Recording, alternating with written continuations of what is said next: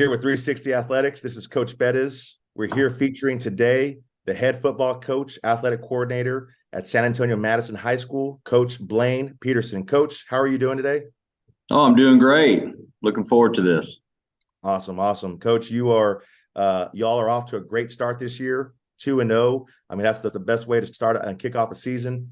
How are you guys? What are you guys looking forward to this week? Who are you guys playing, when and where? Well, we play Churchill this week, our first district game coming up at Hero Stadium on Saturday. We played 7 o'clock, and 2-0 is great, man. We're excited about it. It's hard to be 2-0 because you never know what you got going into a season, and our kids have come a long way. We had a disappointing season a year ago.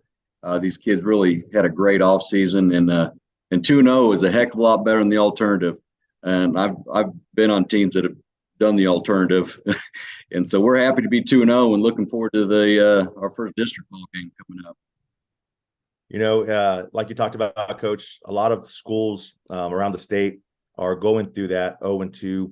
And being a veteran coach like you are, you've been through those teams that start out really great, and you've been on those teams that don't start out so great. So it's great to have that experience to know, just to keep chipping and to keep just on your kids and just being positive with them and things like that. Like I know you've been doing. You had some adversities this year as far as a lot of coaches, departing, going to another schools, getting promotions, Right. or going to other schools, which is great on you, Coach. Every head coach wants their coaches to get promotions and to be head coaches or coordinators at other schools. Talk to me about the transition. I know your offensive coordinator left and you hired a new offensive coordinator, and he wasn't able to start until the summer. Talk to me about that, Coach. How did that go? Well, I think that's just something that happens a lot more frequently these days. I feel like there's not as many coaches in the business these days, and so there's a lot more openings. And so, those coaches are always looking to promote themselves and to get that next job, which is fine. And so, as a coordinator, athletic coordinator, we have to deal with a lot of turnover at times. And if you can keep them all, that's awesome. But we have had some coaches that move on, and you got to deal with that every summer. And so, having guys that are still on staff that create that stability is great. But at the end, you got to fill those positions. And I feel like we've filled it with great guys, like good coaches that do it for the right reasons. And obviously, they're new to our program and how we do things, but those guys they buy in and they jump on board and they're all in on what we're doing. And Jimmy Cueva is our new offensive coordinator, and I worked with him for over 20 years. We were assistant coaches here at Madison and then at Johnson High School together. And he's a great guy, and he understands what it takes to win 6A football games. And coming in, you put a brand new offense in, it's tough. There's a lot to learn. We didn't keep any of the lingo. It's his offense, and he's putting it all in, and he's done a great job, and the kids have really come a long ways. And I can be honest with you, they're still learning. They're still learning what's going on out there offensively, but they've really adjusted well, and we've had a good start of the season, both sides of the ball, but offensively, we feel real good in the direction we're going. That's great to hear, Coach. I know, talking to a lot of athletic directors across the state, the constant theme is a lot of coaches are having a hard time filling their staffs, and not only just their football staffs, but, being an athletic coordinator, you have to think about the other sports, the female sports. And you're absolutely right about coaches, the not being enough coaches out there that are filling these vacancies, because there are still coaches out there, coaching staffs out there that don't have a complete staff, and have you been able to fill all your coaching vacancies and things like that, Coach? What does that look like? Yeah, we got to the middle of July, and to be honest with you, I had plans to go with the smaller staff than what we've had. I wasn't sure we were going to be able to fill it because you don't want to just put anybody in those spots. You want to have quality people, quality coaches, and in the end, we were able to fill all of our slots. And you're right, it's not just the football coaches that you got to fill that staff up. You got every other sport that you want to fill. We're able to do that on the girls' side and the boys' side, and like I said, I feel like we've got quality coaches here at Madison High School. I feel real fortunate that of the guys I was able to bring in, guys with some experience, and gals on the other side, and I'm looking forward to the year, not just football, but all of the sports here at Madison High School, because of those coaches we were able to bring in.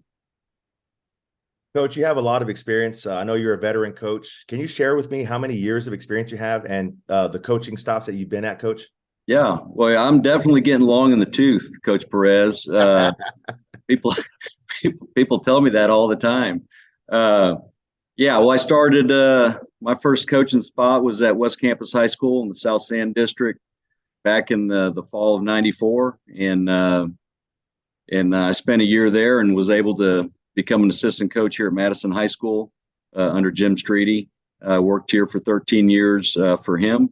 And then I went to, we opened Johnson High School here in the Northeast ISD and was there for 9 years, coached for Ron Ritterman there, and then became the head coach here in 2017.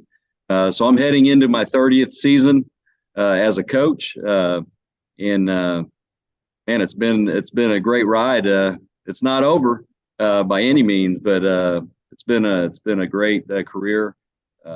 Coaching kids and being in the San Antonio area, and actually, Madison's my alma mater, so that makes it even better to be able to go home and coach where you grew up and coach where you played. So really fortunate to be where I'm at. That's awesome, Coach. I know that some coaches go through everybody has a different journey that they go through. You being a longtime coordinator and finally getting your shot to go coach back at your alma mater, Coach. How did that feel when you first got that head football job there at your alma mater, running your very first program? How did you feel, Coach? What were the feelings that you felt when you were first named head coach of Madison High School? Yeah, no, that was, it took a while. I went through a whole lot of interviews and for years, and I was told no a whole lot of times. But I think the bottom line is you got to have a positive attitude, know that God has a plan for you, and it's going to happen on His terms. And there's a lot of coaches out there they want to be that head coach or be that coordinator young, and sometimes it might take 10, 15, 20 years to get there. And so when it happened to me 7 years ago, man, that was a great feeling. To be able to know that I had worked to that point to be a head coach and take all those experiences I had as a coordinator and through the years and put it all together and be in charge. And, not a lot's changed in what I do day to day. It's just the title next to my name. But I was really excited and I still am. Like I said before, I feel fortunate to be here and have it be in this position. Coach, how important was it? You worked with two great mentors, with Jim Streety and Ron Ritterman. Coach, how important were they to you in how you run your program daily? Yeah, well, they're two of the best. And Jim Streety was, he'd been doing it a long time by the time I got up here. And I think the biggest thing with both of them was that they let you coach. And I hope I'm the same way, is that I let my coaches coach. Like I may give suggestions and try and steer them in the right direction, but I hope I let them coach and learn how to coach. And Jim Streety, like he would hold us accountable. Like we're doing something that wasn't up to par, he'd let us know. But for the most part, he's going to let us make decisions, change those decisions if we need to, but take ownership in what we do.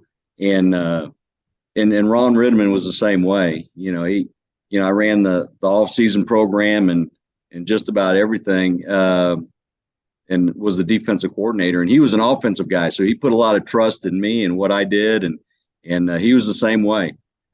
He never told us what we needed to do. He just wanted to know what we were doing and wanted to make sure we were going in the right direction. And I hope I learned a lot from them, and I hope I've taken a lot of their positives the things that I've learned from them, and I'm able to use it as a head coach in my current position. Well, being there at Madison now for 6 years, I think this is your 6th year as a head coach, right, Coach? Well, I just finished 6 years, my 7th season coming up.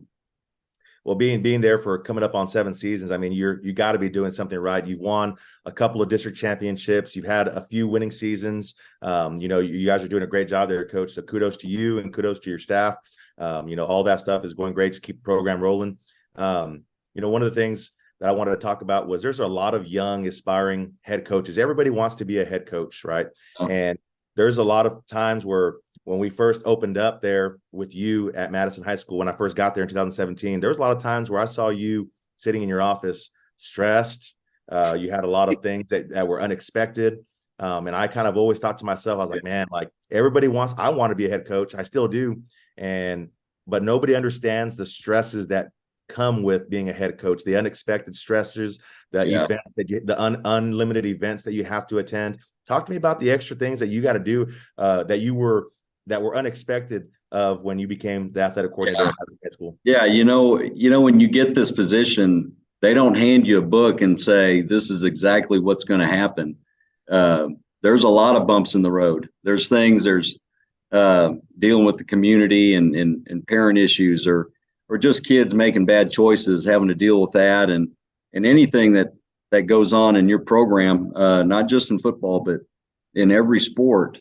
There's issues that arise and things you got to take care of. And that's not always in a manual that you get to learn and read. And Coach Streety and Ron Ridman didn't always tell me those things that showed up for them. But there's things you got to deal with. And it's going to be things that you have to learn on the job. And have an open mind and know that it's not all about going out there on Friday night and playing a football game. There's a whole lot of things that happen throughout a day, even on game day, that are going to just show up and you got to deal with them. And obviously there's the events, there's a lot of things you got to be a part of. You got supporting all of your sports and going to all those games and events and is a big part of what you do. And you got to be there to evaluate coaches and the jobs that are being done out there. And, that first year, you're right, Coach. There may have been a few, maybe they weren't just little bumps in the road. They were big mountains that we jumped over. But in the end, you work through it and you make sure that you put the kids first and everything's going to work out. And in this case, it did. Yeah, that's what I think is most important. Being a brand new head coach is understanding that there are going to be bumps in the road. You're going to make mistakes. You're not going to do everything right. But as long as you're always working with the integrity of the kids come first and promoting the kids, I think that's what's really important. And you've done that, Coach. And so congratulations coming up on your 7th season. We're here with Coach Blaine Pederson, the head coach at Madison High School. Coach, I know that was your alma mater, class of 86 or 87. Oh, I'm not that old yet, Coach. I was class of 89. Class of 89. Okay. Class of 89. Talk to me about where you went to college, Coach. I know you went to Angelo State. Yeah. Talk to me about that and talk to me about your experience in playing football there, Coach. Yeah, man, that was just an awesome experience for me. I went to Angelo State University, played linebacker there, had the opportunity to be a 3-year starter, was team captain, and the team captain is probably the biggest honor I've ever gotten, which means a lot to me. And I had some great coaches to play for. Jerry Vandergriff was the head coach, and Mike Martin was our defense coordinator, which I absolutely love the guy. And he's really kind of the reason that I'm a coach. The way he treated me, and he didn't give me anything. He made me earn everything that I got, and taught me how to treat kids. And so that experience I had there, and we happened to be we had some pretty good teams, and we really played some great defense back in those days at Angelo State, and had some great teammates. And I can tell you this, throughout the state of Texas, there's got to be, I don't know if there's another university that has more coaches out there in Texas than Angelo State, that especially from that era. We've got head coaches and coordinators all over the state. I think it's just that West Texas mentality. They just love football out there, and whether you played football or for Angelo or not, you got into coaching. And there's a lot of Angelo State coaches out there, and I learned a lot at Angelo, and I wouldn't trade it for the world. Yeah, and that's very true. I've been, to coaching school and talking to coaches, and there are a lot of Angelo State alum everywhere, and it's so crazy because that's such a small university in West Texas that just is pumping out coaches. It's got to be something with a culture, like you said, being out in West Texas where football thing, and on Friday nights that's what you do, and so people just love it and they want to become a coach, and they go to Angelo State, and everyone that has gone to Angelo State and has become a coach has had a lot of success. So whatever they're doing right. Coach, talk to me about what made you become a coach and what made you become an educator. Well, both my parents were educators, and when I went to college, I was just going to get into business. There was no way I was getting into education. Having watched my parents do that for all those years. My dad was my wrestling coach. He was a coach, but he was my wrestling coach growing up, and I learned a lot from my dad. Going to college, I didn't want to be a coach. I didn't think I wanted to be a coach, but I learned so much from him and just their passion. Yep. Yeah, their passion for coaches, or for coaching kids and raising kids, and I learned from my dad. You learn a lot from your parents, and I learned a lot from my mom and my dad. I really learned how to treat kids. And those wrestlers back in the day, we got all kinds, and they were different kids at times, and my dad treated every one of them the same, and I learned that from him. I don't treat any of those. I hope I don't treat any of those kids any different. And so I learned a lot from them. But like I said, when I went to Angelo State, Mike Martin was a great mentor to me. He was my linebacker coach in DC, and he inspired me to be a football coach, good or bad. He inspired me to do it, and I got no regrets. I enjoy doing what I do for a living, and I wouldn't trade it for anything. Sorry, I got a little emotional there for a bit, but Okay. it is passionate. I am passionate about what I do, and I've learned it from some really good mentors. That's wonderful, Coach. I'm very sorry to hear about your dad. I know he has been a huge influence for you. I remember when he was, attending practices and stuff. Yeah. There. Yeah, So, if he could do that again, he'd love to. He loved going out there and watching us practice. Coach, what advice would you give to young, aspiring head coaches? I would just don't be in a hurry. Have patience. There is so much to learn for young coaches, and it's more than just calling plays. Like, anybody can just call a play. Plays are plays, but let's have strategy. Let's think about what we're doing and what we're doing with those kids. What are we doing in the off season? What are you doing daily? Like, there is so much to learn, and you don't want to be in too big of a hurry to get into a position where maybe you're not ready for it. And it just moves at a different pace. We talked about it earlier. It took me a lot of years to get to this point, and sometimes it works a little bit faster for others. Where you're at matters. Who leaves and who's left standing. So sometimes that matters, and you can't control that. But don't think that the title is everything. There's people that leave really good schools chasing a title, and they realize that title didn't make it better. Like, you got to have patience where you're at. Find a good situation, a good school that you like being at, and settle down. Settle in where you're at and make that the best place you could possibly make it. But have patience in what you're doing. It doesn't mean stop looking. We keep trying to learn how to be a great coach. Learn things from the other coaches. Don't just there's a whole lot of ways of doing things, and don't think it's just that one way that you grew up doing. Look at those other programs and see what they do, and have an open mind and figure out what's best for you. But patience, I think, would be is a big quality for a lot of coaches that are in a hurry to go be a head coach. Yeah, absolutely. I think that there's a lot of impatience nowadays with technology and everything at the grasp of your fingertips, where you can, get information in a second. There's a lot of coaches out there that are impatient. They want the next best job, and they want to keep moving forward, and instead of worrying about the job at hand at that moment. Yeah. Right. I have a lot of young coaches that have, left big 6A programs, that have gone to smaller schools for a promotion, for a title. And a lot of the times they end up saying that the grass wasn't greener. They end up being unhappy with where they're at. They end up wishing that they could have, take back that decision that they made. Yeah. I think you hit the nail on the head, Coach, with coaches just in the off season, instead of being on the job board. I think it's important to, set your job and get your kids. Coach them up in the off season. Absolutely.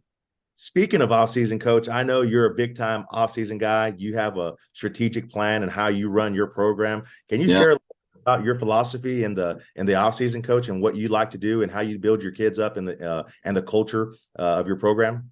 Yeah, I think everything, all the successes you're going to have in the fall they really start in the off season, and January is a good, it's the end of the season is usually a starting point. But for me, when you get to January, you got to have things set, lined up, and for us, we want to spend that first part of the off season really trying to get as strong as possible, as thick as possible, build ourselves up in the weight room, and that's a big part of our off season program. And then the further into the spring that we get, obviously you're going to start putting in some skill work, but we try to get more athletic. We're trying to get faster and be more specific to the type of athlete that we have. Each position getting a little bit different workout than the other athletes, and not so much bulking up anymore, but just trying to be more explosive and powerful, and get that quickness and speed going in the mid spring. And then obviously late spring, we're going to get into spring training, which we do here. We didn't do it a couple of years, and I think we paid for it a little bit. So for me personally, in our program, we're going to have spring training when we can, and then when you get to the summer, you got to keep it rolling, keep working on that speed and strength, and get your guys prepared for the upcoming season. And heck, this year I feel like we've been there. In game one, the team we were facing had a lot of kids falling out with cramps and stuff, and we were strong the whole game and able to win in the fourth quarter. And so we feel real good about where we are condition wise right now with our season. I think it's because those kids worked hard in the summer when it was hot, and it's paying off for us at the moment. Yeah, that's great, Coach. I mean, having a strong culture and a strong mindset, I think it carries over into, your season, from spring training to the summer strength and conditioning to fall camp.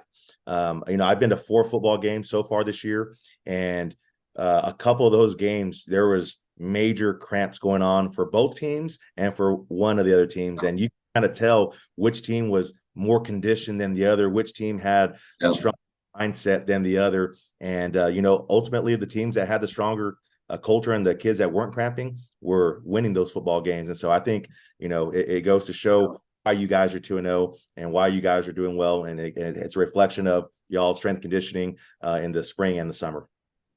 When do you plan on hanging it up, Coach? I wanted to ask this question because I just, you've been coaching for 30 years, Coach. 30 years is a long time. 30 years, but I'm still 40. I'm still 42. I started at a real young age. No, Coach, you've been coaching as old as I am, Coach. So yeah. Well, that is true. I've been coaching longer than a lot of the coaches I have on my staff, their age. So hanging it up, I don't know about hanging it up. you know what? I've got a daughter who I just took to college up at Texas Tech, and I've got another daughter who's a junior in high school. So I got some things I got to pay for. So I don't know if retirement is in the cards yet, but uh, when I get to that point, Josh, I'm going to make sure you're one of the first ones to know. Please do, Coach. I would love that. I would love that. No, Coach. So, the profession, the education profession is losing countless educators, countless coaches that are leaving the business. Coach, what do you think drives you to stay in this business for as long as you have and the success that you've had? What is keeping you in the business, Coach? Man, one, I love what I do.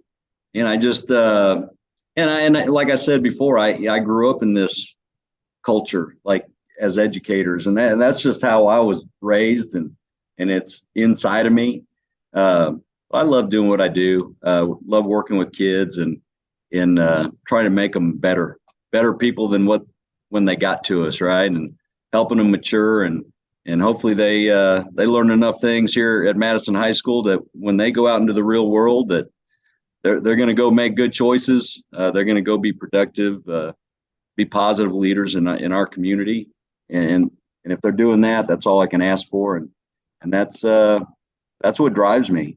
But on the other side, I'm a competitor too, so I love the games. I love competing and seeing how good we can be.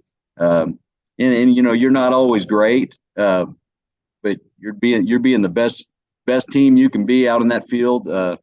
That's what drives me, and hopefully I keep that fire and I can keep doing what I'm doing. I still see you on the sideline, Coach, getting after it, getting fired up, getting excited for your kids when they make a big play. You still have a lot of fire in you, Coach, and I still think you have a lot of gas left in the tank. So, however long that takes, Coach, you've had a great career thus far, and just keep it going, keep it rolling. I know you guys are going to have a great rest of your season. Coach, what are some pregame traditions and pregame rituals that you have for yourself that you have to do before a game? Oh man, over the years they change a little bit, but from I try to be an active person, and a lot of coaches don't know this, but I try to do some kind of physical workout during the day to where I get my blood flowing, I break a sweat, I get moving, and I like to know that I'm physically ready to get on that field as well. But other than that, just the thought process of getting ready for that game is it.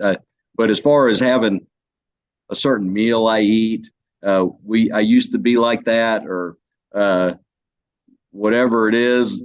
I put my pads on the right way when I was a player.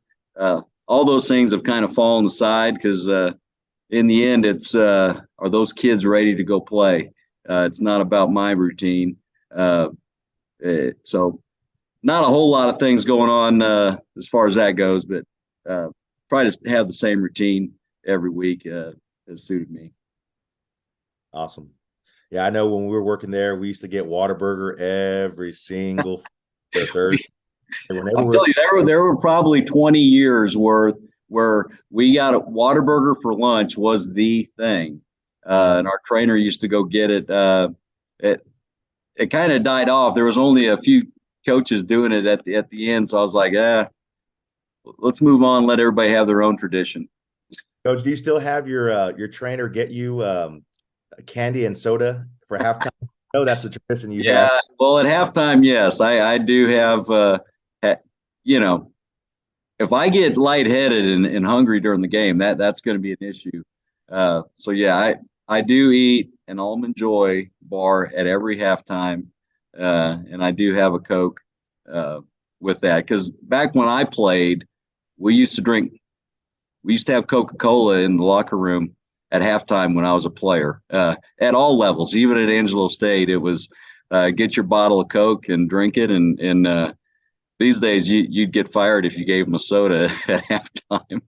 Nope. I still drink a soda and have an Almond Joy. Mm-hmm. That's awesome. Yeah, I knew that tradition was still rolling, so I wanted to bring that up. Yeah. Coach, some lighter-ended questions, Coach. For the listeners that don't know, this is Coach Blaine Pederson, the head football coach at San Antonio Madison. Coach, talk to me about your favorite NFL team, Coach. I already know who it is, but Yeah. Well, let me tell you, you can't help where you're from. And I was born in Minneapolis, Minnesota, so I am definitely a diehard Viking fan my entire life. So, we've had being a Viking fan, I've had a lot of heartache in my life watching them play. We've had a chance to be really good at times and just always fell short. But I know before I pass one day that those Vikings are going to go ahead and win themselves a Super Bowl. Uh, I got to believe that it'll happen. I'll tell you this, growing up a Viking fan and a lot of the people watching this podcast today, the thing about being a Viking fan is you grow up hating the Cowboys. And so I'm not a big Cowboy fan at all. And living in San Antonio, that's pretty tough. Everybody likes to poke at me when the Cowboys are playing the Vikings. No doubt. Well, the Vikings have had a lot more success as of lately than the Cowboys. So, you've been very fortunate these last years. I've been fortunate with that. Coach, last question before we get going. I know you have a busy day. Talk to me about your leadership philosophy. Being an athletic coordinator for several years now and working with coaches like Jim Streety and Ron Rittiman. Talk to me about your own personal leadership philosophy that you believe has worked out great for you. Well, I like I had said before, I hope I allow coaches to coach. And I feel like I do that. And then there's a whole lot of sports you deal with as an athletic coordinator. And if coaches need guiding, I want to help guide them in the right direction.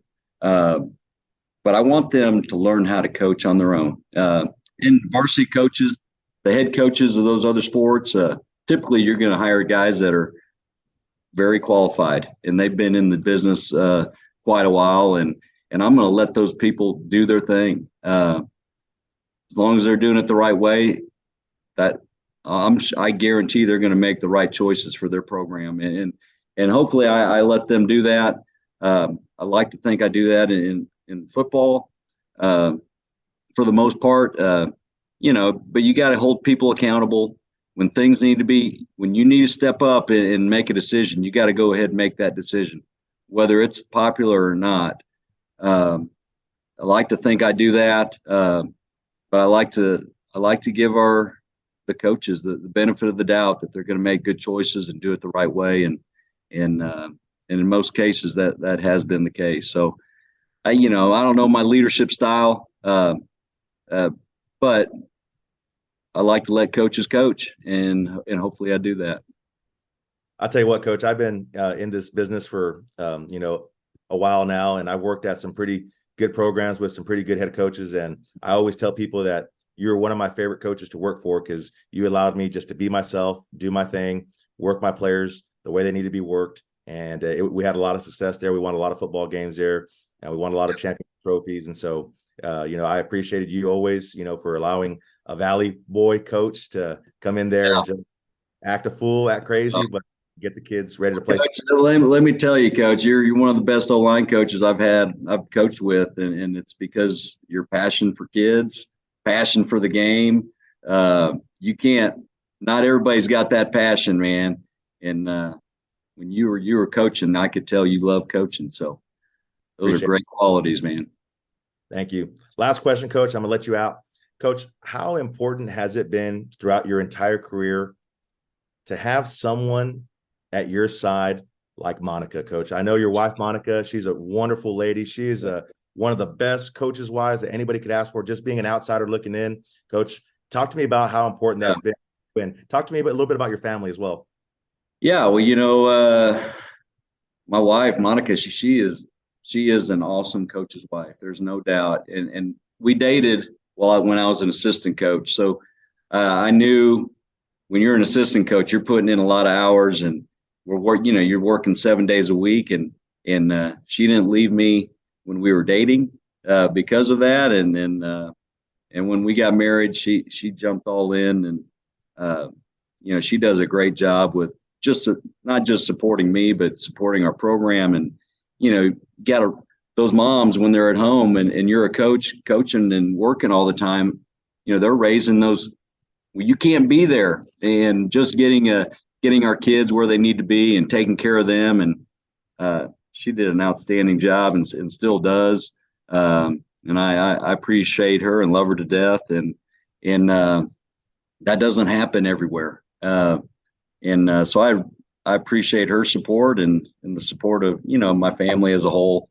They've always done a great job supporting me in whatever school I'm at. That's awesome. I know there was a couple years where your daughter Paige was a cheerleader at Johnson High School while you were the head football coach at Madison. And so talk to me about the division there in the house. Was there a division or was it all support? Talk to me about that a little bit, because that was kind of interesting during the time.